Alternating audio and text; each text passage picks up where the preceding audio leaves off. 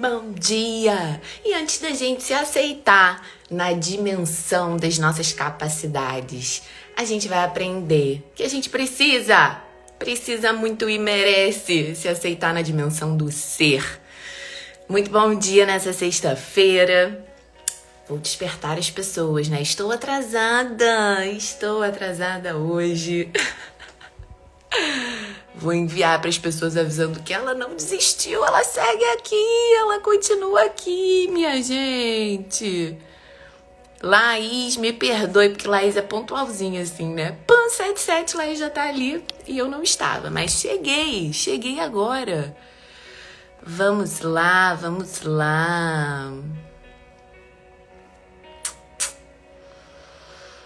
Ai, gente, como vocês estão? Cheguei na sexta, assim, parece que eu tropecei lá na segunda. Sexta-feira.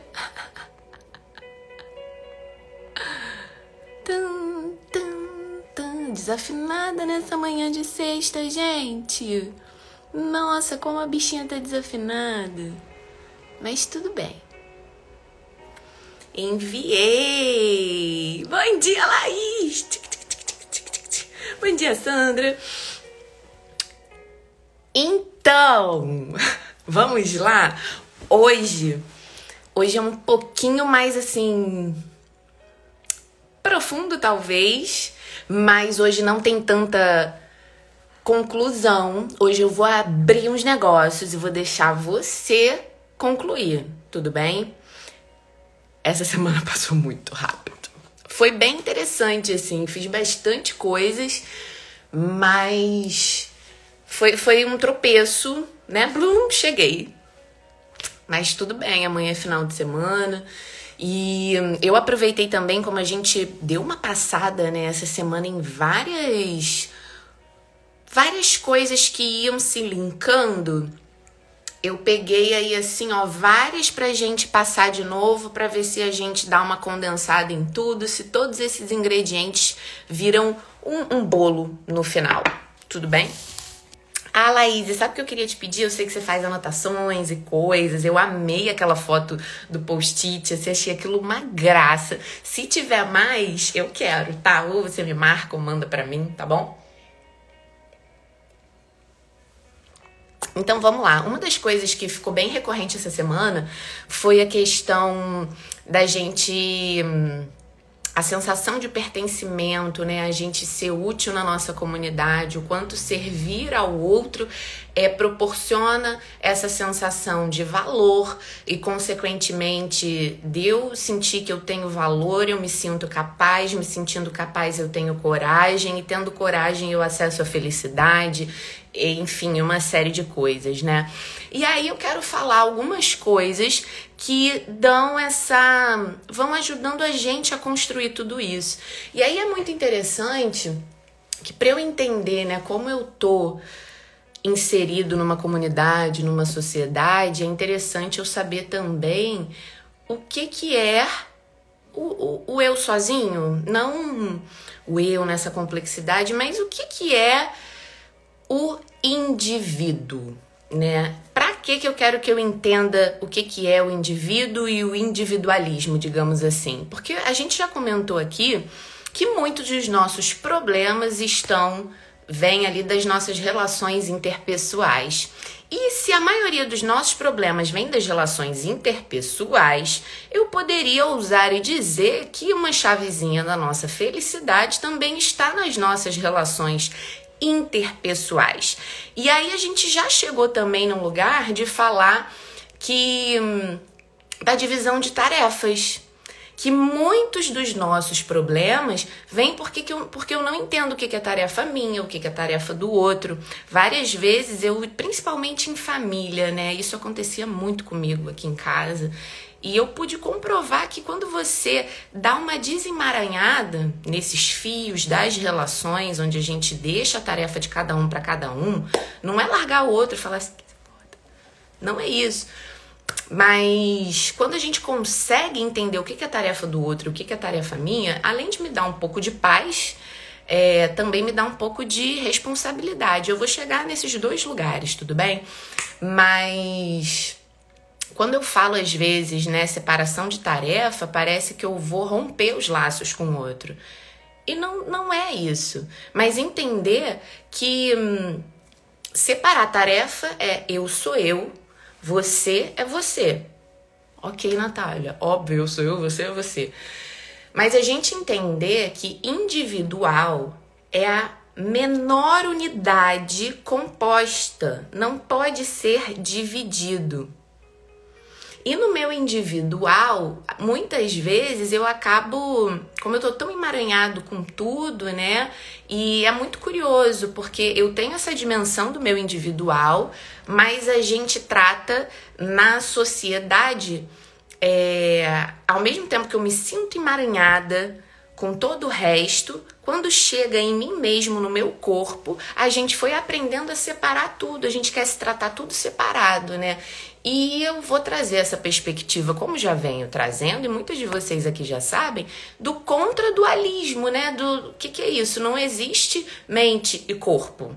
Não existe razão separada da emoção. Não existe consciente separado do inconsciente. Aí você pode estar virando o olhinho já. E eu vou te dar um exemplo. Por exemplo, quando você da mente e do corpo, quando você se sente com medo, sua carinha fica pálida, né? Ou quando alguém berra, é o todo que berra. A gente já tratou aqui do exemplo da pessoa, né, que estava no café e derrubaram estava em um café e o garçom derrubou o café na jaqueta nova.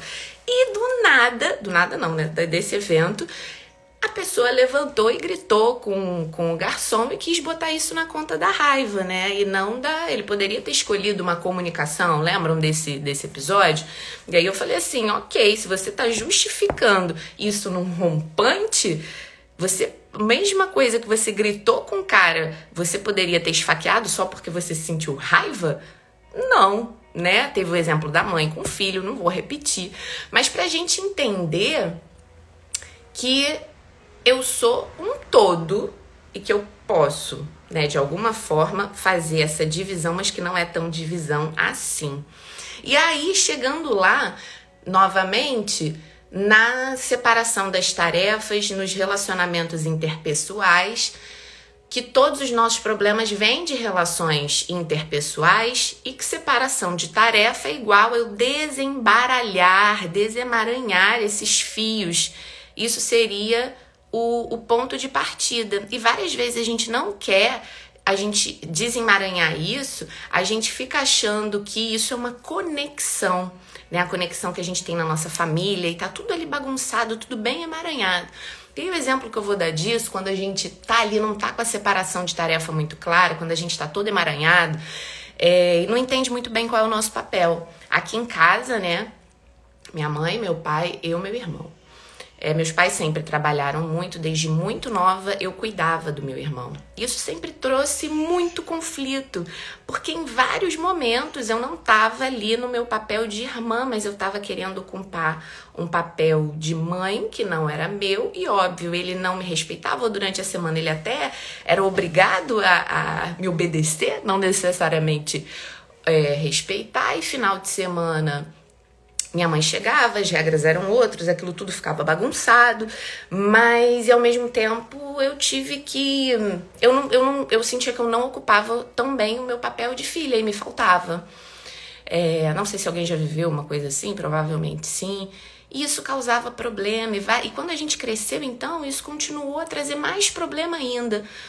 A gente sempre teve atrito demais. E quando eu entendi que tá rolando, às vezes assim, tá rolando uma discussão ali entre eles, e aí eu tentava me meter, nossa, piorava e ainda sobrava pra mim, eu me sentia péssima, sabe? Quando eu passei a me separar e entender que o conflito, por mais que me incomodasse, às vezes, como meu irmão tava falando com a minha mãe ou com o meu pai, lá, eu falei assim, cara, eu no meu papel de filha, eu não posso dar essa opinião, porque já tem um sistema que acontece ali, sabe? E quando eu passei a vir para esse meu lugar de irmã, e várias vezes eles me puxam, mas você não acha isso? E aí, no privado, às vezes eu converso com meu irmão, mas eu parei de entrar no meio, de sair do meu papel ali e como os conflitos diminuíram. Para mim, passou a sobrar menos para mim e cada um teve que desemaranhar a sua própria tarefa. E aí, isso várias vezes é conflituoso, por quê? Porque a gente, aquela história de eu me sentir que eu sou parte de uma comunidade, né, de uma sociedade, de um lugar, do meu trabalho, a gente cai naquele lugar que a gente quer se sentir útil. E várias vezes a gente não sabe muito bem como se colocar em utilidade, né? Só que nos ambientes familiares, não necessariamente a nossa importância, ela tá atrelada com a nossa capacidade de alguma coisa, mas sim com a nossa capacidade simplesmente de ser. Não tô dizendo que você não vai cuidar da sua família, porque, né, o estar em comunidade, essa sensação, é sim o compartilhar, o cuidar, mas, por exemplo, a gente fica achando que pra gente ser parte, a gente tem que ser útil. Eu já falei isso. Só que, por exemplo, meu avô e minha avó ficaram doentes muito tempo, assim. Uma doença muito cruel, muito terrível. E eles não tinham... Como é que eu falo isso sem parecer muito ruim? Eles não estavam com as habilidades de realizar nada. Mas ainda assim, a gente fazia tudo para eles. Ainda assim, o simplesmente ser deles era tudo. Uma mãe que o filho sofreu um acidente e aí tá lá, não precisa, o filho não tem a dimensão, a capacidade de fazer nada naquele momento. O simples fato daquele filho estar vivo é tudo para essa mãe. A gente podia talvez conseguir ter um pouco mais esse olhar sobre a gente de pertencimento. Isso seria acolhedor, que não necessariamente entender a dimensão do nosso ser. Aceitar a dimensão do nosso ser antes, pra gente daí poder se aceitar no nível das nossas capacidades. E às vezes a gente consegue isso olhando para alguém que já entende isso a respeito da gente. E aí vou dar um salto aí e falar do amor de Deus, que é basicamente isso, né? Que ele já conhece a gente antes da gente estar aqui e que ele já aceita a dimensão do nosso ser, independente de você ter ou não aquela capacidade, ou você saber ou não que você tem aquela capacidade naquele momento, entende? E a outra coisa que atrapalha muito a gente, que vocês, ou então vocês conhecem pessoas assim, que aí causam furdunço na comunidade, na sociedade, é o excesso de apego ao eu, ser autocentrado. Quem é autocentrado são pessoas completamente incapazes de separar as tarefas e querem reconhecimento. Com certeza você já viu... e assim, todo mundo, eu, você, seu vizinho, sua mãe, busca sentir que é bom estar aqui. Quando você vai em qualquer lugar, você está buscando se sentir bem naquele lugar. Mas eu acho que essa é uma pergunta que está ali no nosso inconsciente o tempo inteiro. A gente busca sentir que é bom estar aqui. Só que o autocentrado, ele não é protagonista da própria vida. Ele acha que ele é protagonista do mundo. Quando ele encontra alguém, ele pensa qual é o que essa pessoa pode me dar. Ele pensa que todo mundo tá ali para satisfazer os desejos dele, as vontades dele. Só que tá cada um no seu próprio rolê, né? Quando alguém não atende à expectativa dele, ele se decepciona, ele se sente agredido, o outro acaba virando um inimigo. Bom dia. E é muito doido, porque aí você pode me perguntar assim, porque eu também trouxe outro dia. Tudo é subjetivo, né? O nosso mundo é subjetivo. E se ele é subjetivo, sou eu que estou criando aquele meu mundo. E se tudo é subjetivo, eu deveria ser o centro do meu mundo? Né? Vocês pensaram isso ou não? Eu que estou assim confabulando por mim, por você. Mas eu vou dar um exemplo sobre isso que eu achei genial quando eu vi. que é assim. Sabe um mapa? Mapa Mundi? Aquele mapa... Você pensou? Ai, que bom, Lisandra. Vem aqui comigo. Eu sei, gente, muito professorinha, né? Eu queria muito ter aqui um mapa Mundi e o outro exemplo que eu vou dar. Se a gente pega o mapa Mundi do Brasil, o que vai estar bem ali no meio? Vai estar o Brasil, e aí a gente vai ter o outro rolê para um lado e para o outro. Então, a partir dessa perspectiva do mapa Mundi, eu sou o centro, né? Só que se eu pego o mapa Mundi lá do Japão, quem é que vai estar no centro? É o Japão, e aí pra cá e pra lá eu vou ter o outro rolê. Mesma coisa, se eu pego o mapa Mundi de alguém lá do Catar, vai ser assim também, né? Só que, meus amores, isso não funciona assim, né? A nossa perspectiva é mais em relação a um globo. Pensa agora no globo. No globo não existe o centro, né, do mundo. Eu achei isso muito curioso. E dá pra gente ter uma dimensão melhor disso. Que independente de eu construir o meu subjetivo, né, e ali, e assim o mundo ele tá nessa perspectiva do globo. E não na perspectiva do mapa mundi.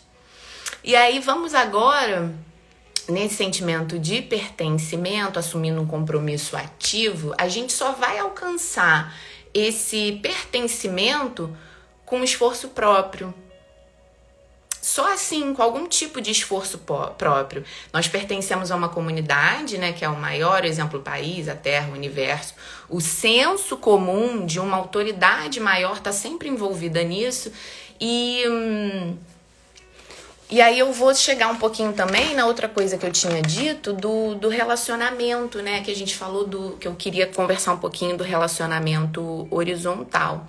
Falei também do elogio, e a gente aqui na nossa sociedade toda, você também deve ter sido educada muito, a gente é educado na perspectiva do relacionamento vertical e não do horizontal. Eu trabalho muito com repreender e elogiar, né? Se você vê assim, por exemplo, quando a gente vai adestrar um bicho, a gente pode adestrar ou dando uma porrada ou dando um biscoitinho. Só que nós não somos bichinhos. O final vai ser o mesmo. O meio que é outro rolê que pode trazer várias coisas. E tanto o repreender quanto o elogiar, no final das contas, ele não é tão funcional porque eu tô ali com caráter de julgamento. E todo julgamento vai dificultar eu conseguir me aceitar na dimensão do meu próprio ser.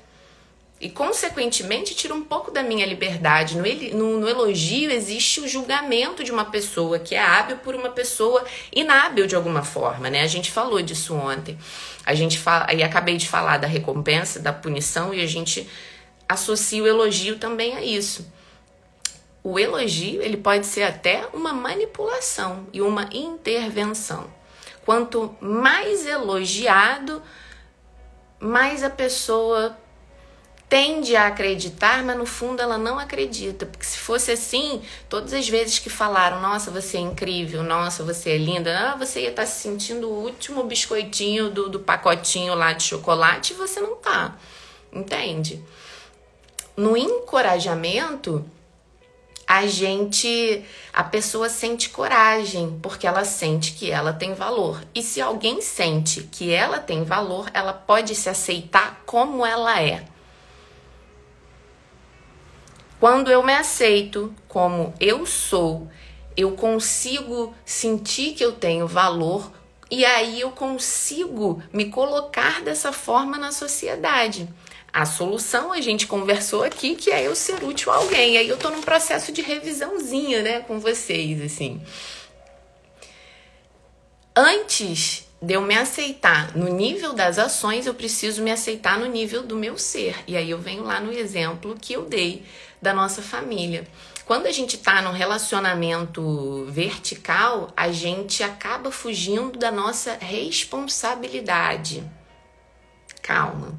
Como que é isso? Vou te dar um exemplo. Se vocês já trabalharam para alguém, nem todo mundo é assim, tá? Graças a Deus, a maioria das pessoas que eu já trabalhei, elas têm iniciativa, né? E principalmente nos dias de hoje, a gente tem sempre tantas coisas para fazer que acho que o sonho de qualquer pessoa é ter uma equipe, ter um time onde você fala assim... Vou dar um exemplo até da Ana, que trabalha comigo fazendo as minhas artes. Várias vezes eu mando texto para ela do post, né, de um carrossel, e aí ela me devolve, e aí eu esqueci uma informação, ela já lembrou de colocar, ou ela já me traz o post de volta com uma frase muito interessante ali na capa que eu não tinha pensado em botar. Mas é difícil as pessoas serem assim, é difícil não, mas não é tão usual você encontrar. E aí vou te dar um exemplo. O chefe falou pro funcionário chegar lá e fazer alguma coisa. E aí, o funcionário faz. Se dá errado, o funcionário se sente... Bom dia, Geisa.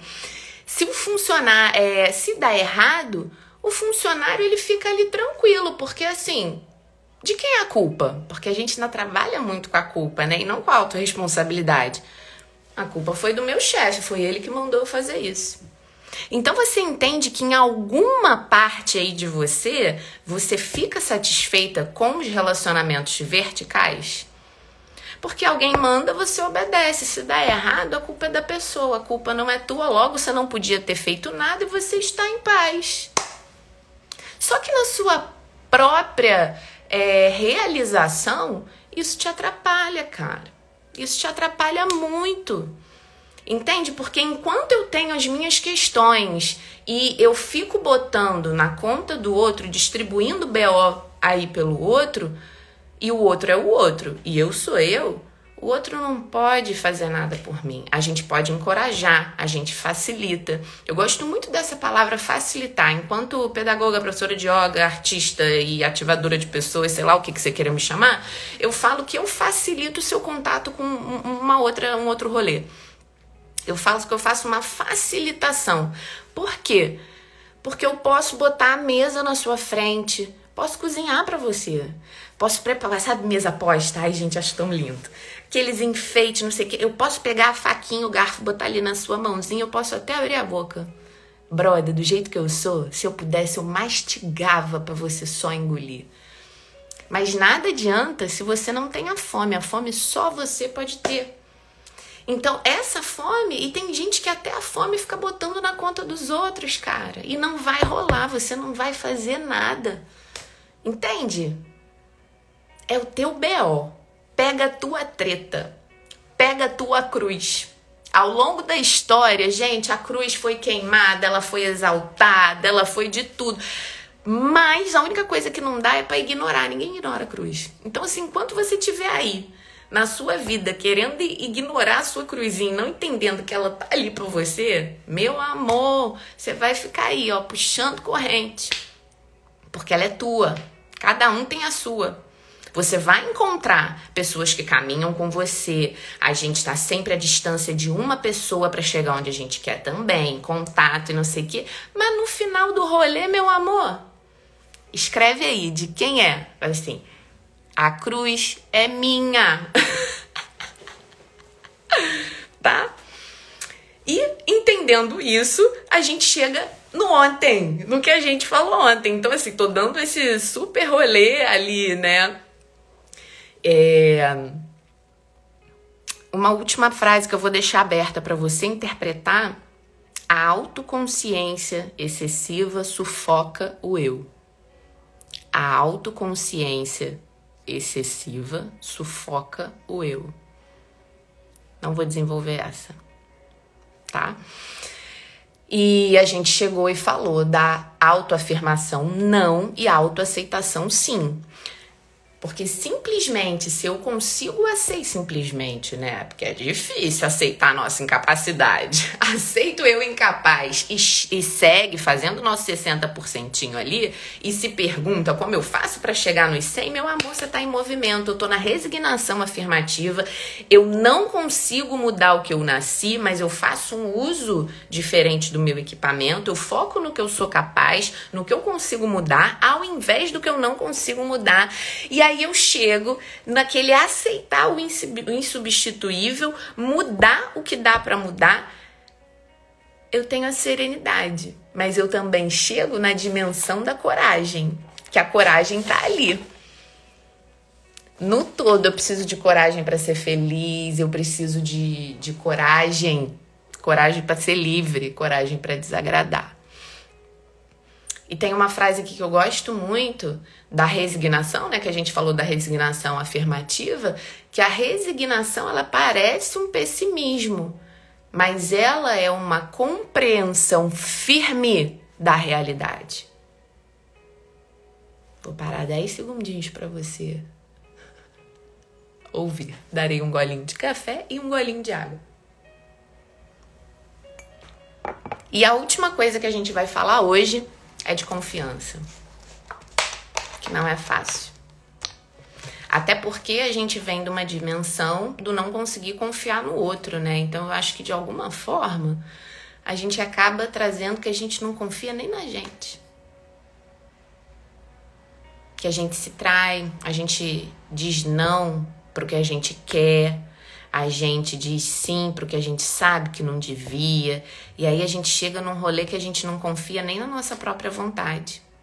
Embora tem gente que ainda tá na vontade, né? Você tá ali num processo de querer emagrecer, mas a sua vontade quer comer um pastelzinho nessa sexta-feira, tomar um chopp, comer um chocolate aí, 5 ovos nessa Páscoa, até que não vai, né? Porque o ovo tá caro demais, mas tua vontade tá diferente do que o que você sabe que você quer, né? Nossa vontade às vezes tá toda errada, meu amor. Nossa, eu bebo água aqui, um ogro, não é mesmo? Essa daminha bebe água e come que nem... Então tá. Confiar nos outros, eu acho até que a gente não confia de verdade, assim. Porque o que é confiar? Pensa. Exemplos de confiar. Eu tenho muita dificuldade de confiar. Eu falava que se não fosse o circo, eu acho que eu nunca teria confiado de verdade em alguém assim, mas de verdade mesmo. Porque no circo você entrega ali tua vida real, né? Teu corpo pra outra pessoa cuidar. A gente no circo entrega. Juntinho com o que eu falei de entregar, né? No circo a gente usa um negócio que era lonja. É tipo um cinto preso numa corda, aí você se joga lá de cima e alguém te segura se der ruim. E é muito doido, né? Não sei se vocês já fizeram alguma coisa assim. Eu falava, cara, ali de fato eu confiei em alguém, porque eu não tenho, na minha cabeça, muito dodói. Eu falei, você tem garantia nenhuma que essa pessoa vai me segurar. E teve um dia que eu tava na fila do bagulho de acrobacia ali, que era uma filinha, cada um ia, dava o salto. E eu não lembro nem por quê, porque Natália não foi assim, ó, zen a vida inteira. Brother, eu comecei a discutir com o menino que tava na fila. Rafael, eu não lembro nem por que eu discuti. Mas foi uma discussão feia. Assim, a gente terminou de discutir. Chegou a minha vez de fazer o salto. E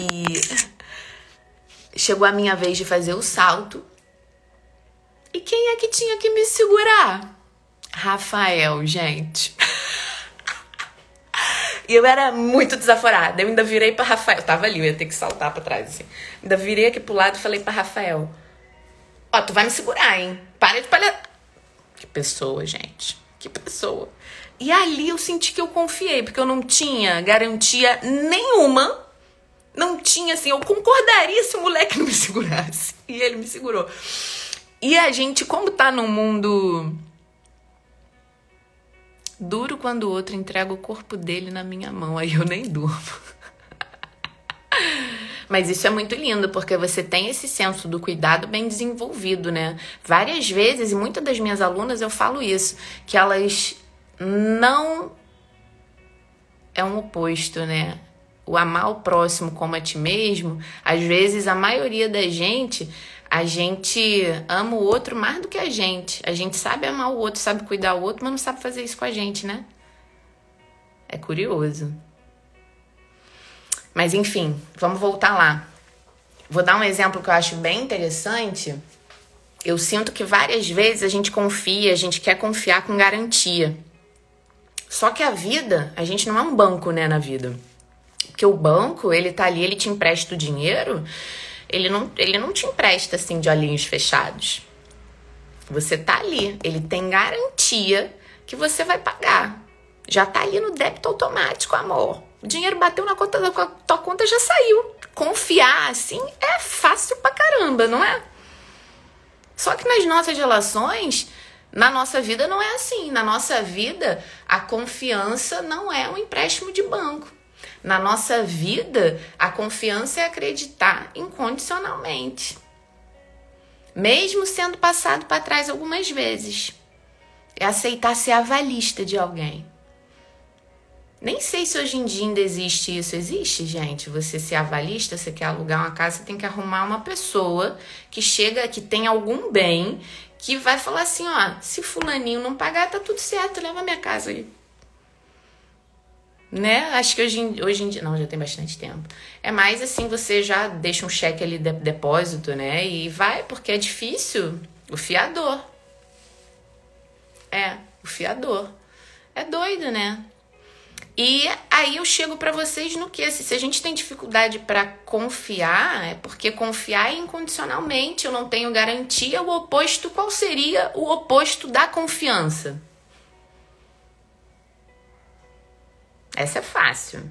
Escreve aí pra mim, o que é o oposto da confiança?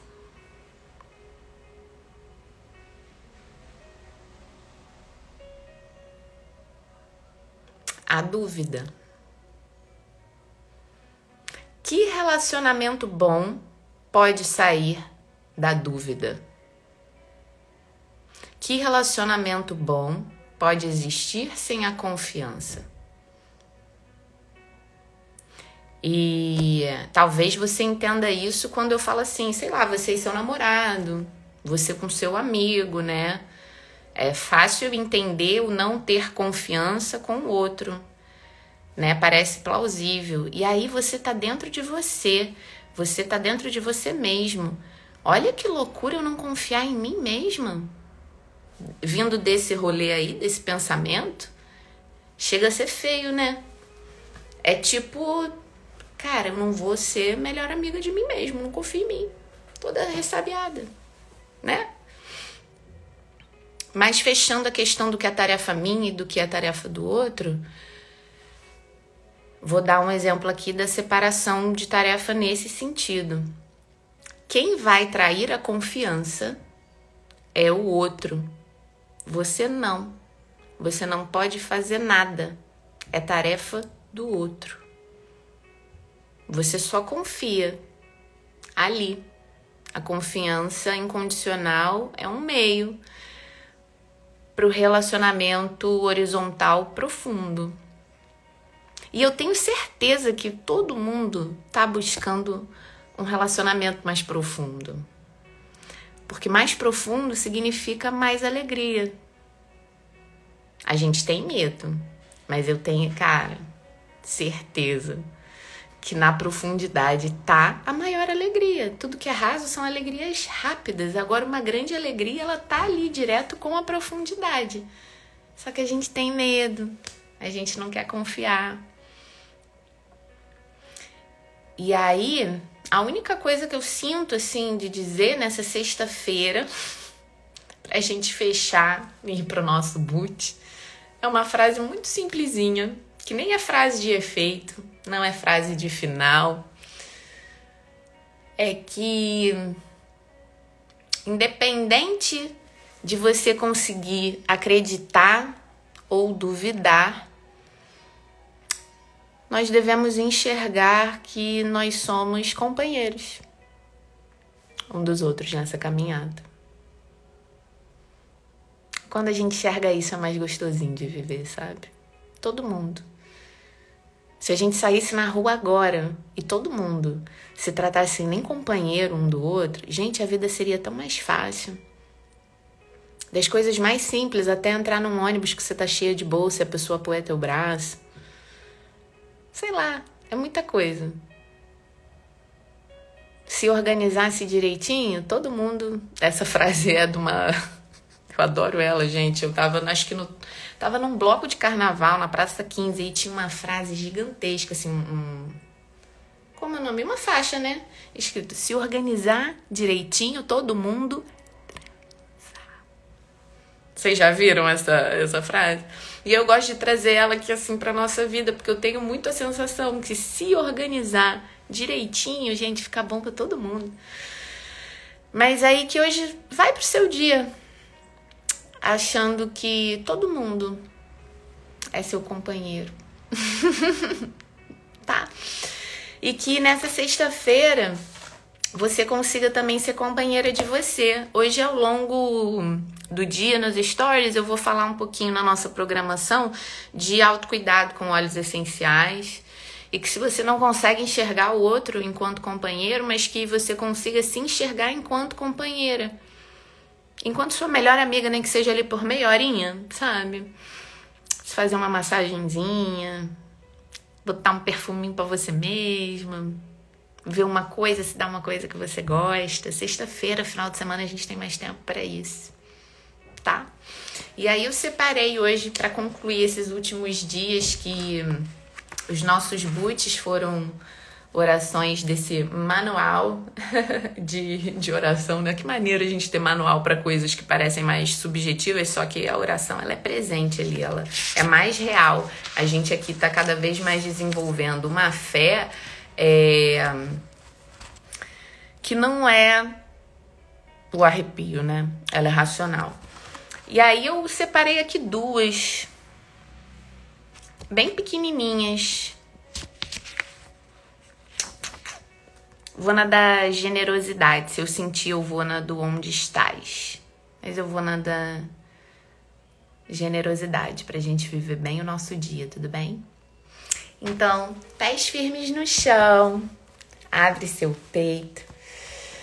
Postura vitoriosa. Inspira e expira profundamente, fechando seus olhos.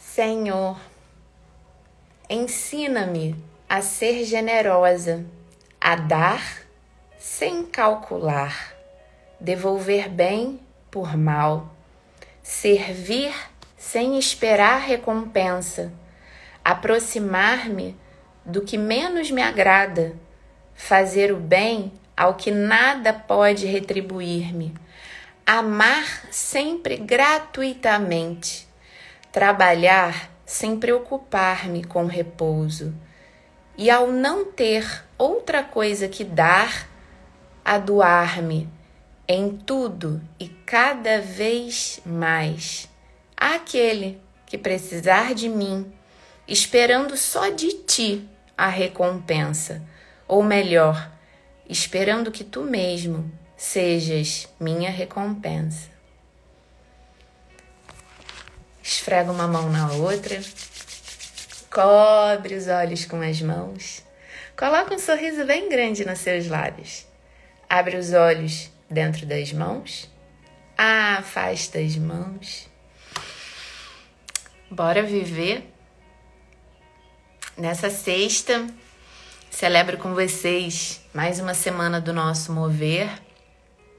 Tome 1 minuto para reconhecer toda semana caminhada ou tropeçada, mas reconheça os micro resultados, que nem sempre eles são físicos, de coisas que você conseguiu, mas coisas emocionais que você avançou. Reconhece, por menor que seja.